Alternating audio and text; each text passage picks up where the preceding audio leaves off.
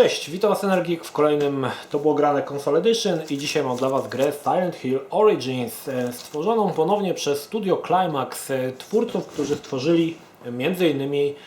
Silent Hill Shattered Memories, które było bardzo dobre. Jak wypadło Origins? Przede wszystkim gra oryginalnie została wydana w 2007 roku na PlayStation Portable, czyli PSP, a rok później pojawiła się na PlayStation 2. I wydaje mi się, że z tych samych powodów co Shattered Memories, Origins też było mniej znane przez graczy, ponieważ wersja na PSP pokazała się już w momencie, kiedy na rynku było PlayStation 3. Natomiast ta wersja, chyba że tą wersję PSP więcej osób mogło faktycznie w nią zagrać. Ciekawostką jest to, że jest to prequel do całej historii Silent Hilla, czyli dzieje się jeszcze przed tą pierwszą częścią Silent Hill, która wyszła na pierwsze PlayStation. W grze wcielamy się w Travisa, który jest kierowcą ciężarówki. Przybywa oczywiście do miasteczka Silent Hill, jak i większość oczywiście postaci, które w Silent Hill się znajdują. No i rozpoczyna się koszmar.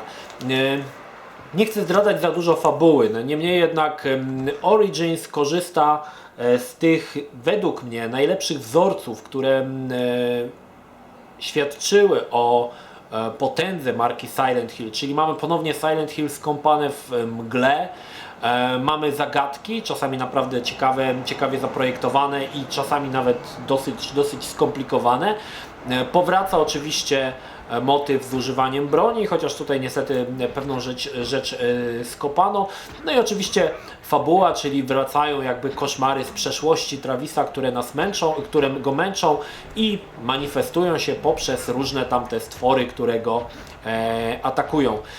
Warto wspomnieć tutaj, że pojawia się tutaj też coś w stylu piramidogłowego. To nie jest do końca piramidogłowy, ale postać, która zachowuje się i można powiedzieć, że w pewien sposób wygląda podobnie. Tutaj się nazywa akurat on rzeźnik, też z takim wielkim mieczem. Natomiast jak wypadła sama gra? Ogólnie wersja na PlayStation 2 raczej miała gorsze recenzje niż wersja na PlayStation Portable. Nie wiem dlaczego. Mi ogólnie grało się fajnie i to był taki powrót do tego klasycznego Silent Hilla. Jeżeli lubicie te klasyczne Silent Hille z mgłą, ze stworami, które wyskakują z różnych miejsc, no to właśnie ten Origins jest dla Was. Przede wszystkim też myślę, że fajne jest to, że poznajemy genezę całej tej historii Silent Hilla i to też jest według mnie bardzo ciekawe. Warto też pamiętajmy, że Climax, wydając Shattered Memories, zmienił potem mechanikę całej gry, gdzie na przykład się nie walczyło. W Silent Hill Origins jest jeszcze ta taka klasyczna walka z klasycznymi zbieraniem ampułek, energy drinków itd. Niestety w grze muszę przyznać, że parę rzeczy zostało skopanych. Można powiedzieć, parę rzeczy jest dosyć śmiesznych. Travis, jest to pierwsza gra z serii Silent Hill, gdzie można wreszcie uderzać czy też walczyć pięściami. Wcześniej trzeba było mieć jakąś broń, tutaj możemy używać pięści.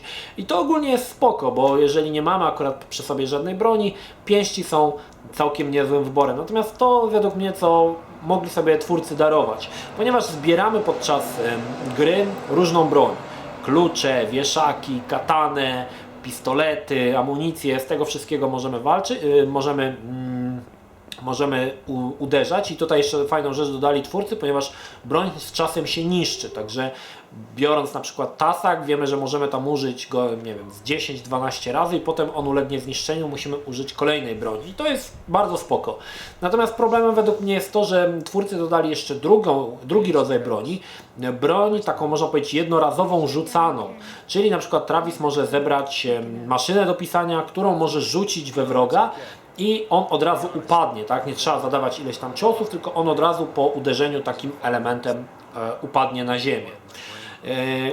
I ogólnie to by się wydawało spoko. Niestety Travis podczas swojej podróży tacha ze sobą z 10 maszyn do pisania, z 15 jakichś tych skrzyń na narzędzia, jakieś w ogóle takie szafki całe z tymi na dokumenty.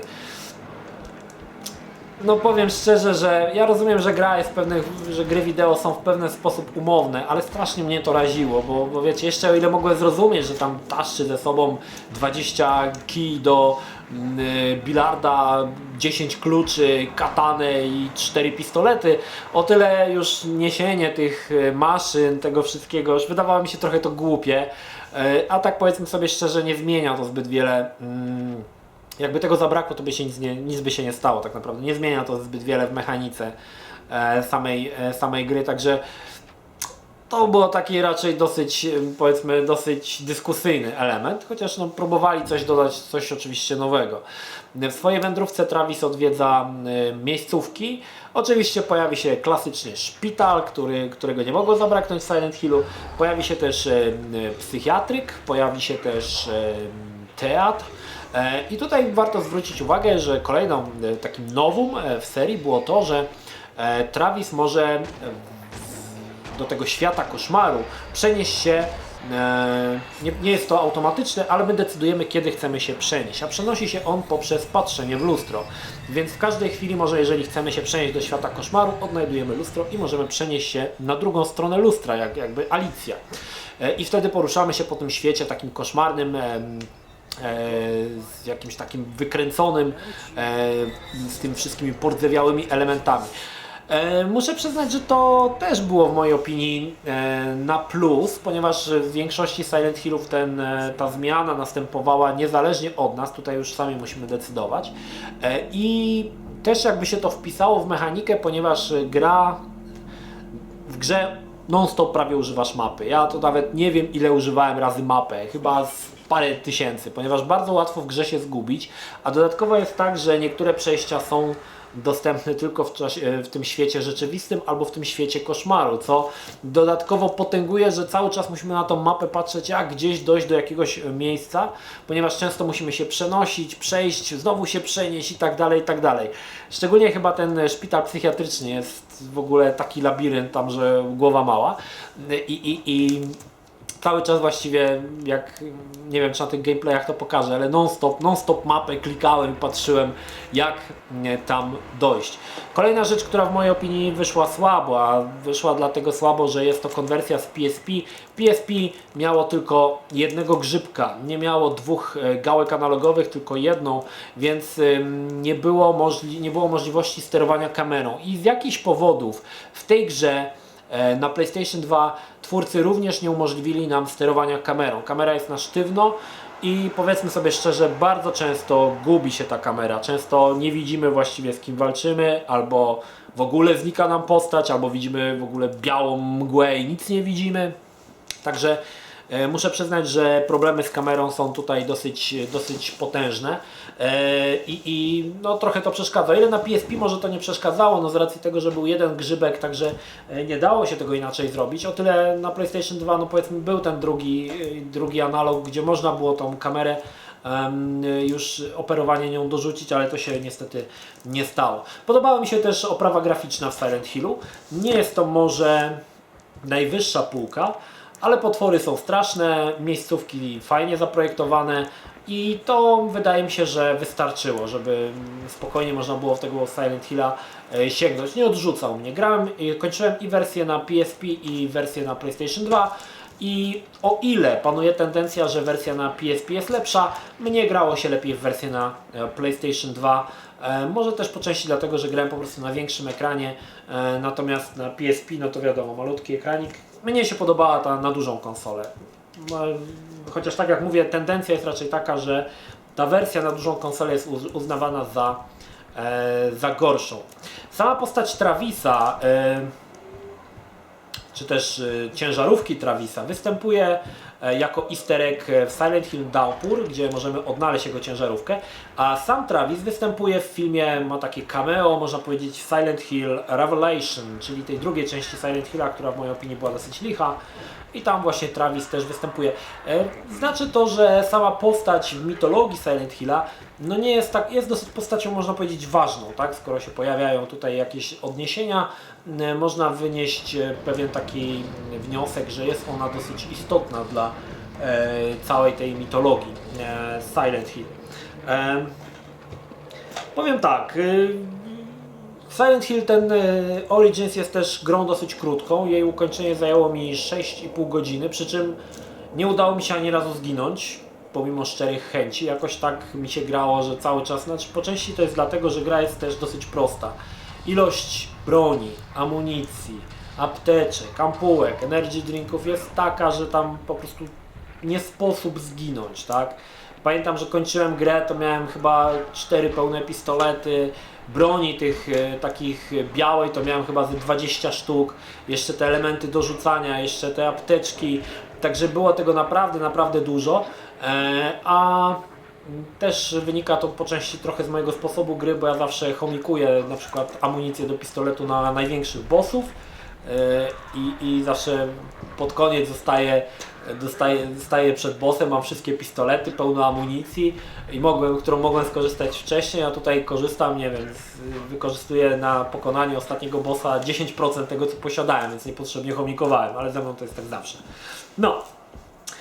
Niemniej jednak Origins to jest taki właśnie powrót do tych klasycznych Silent Hill. Jeżeli podobał Wam się Silent Hill 1, 2, 3, 4 już może pod to nie podchodzi, ale 1, 2, 3 to Origins zdecydowanie przypadnie Wam do gustu. To jest powiew tego starego Silent Hilla, tego starego klimatu z miasteczka Silent Hill owianego mgłą. No mi się to ogólnie bardzo fajnie grało.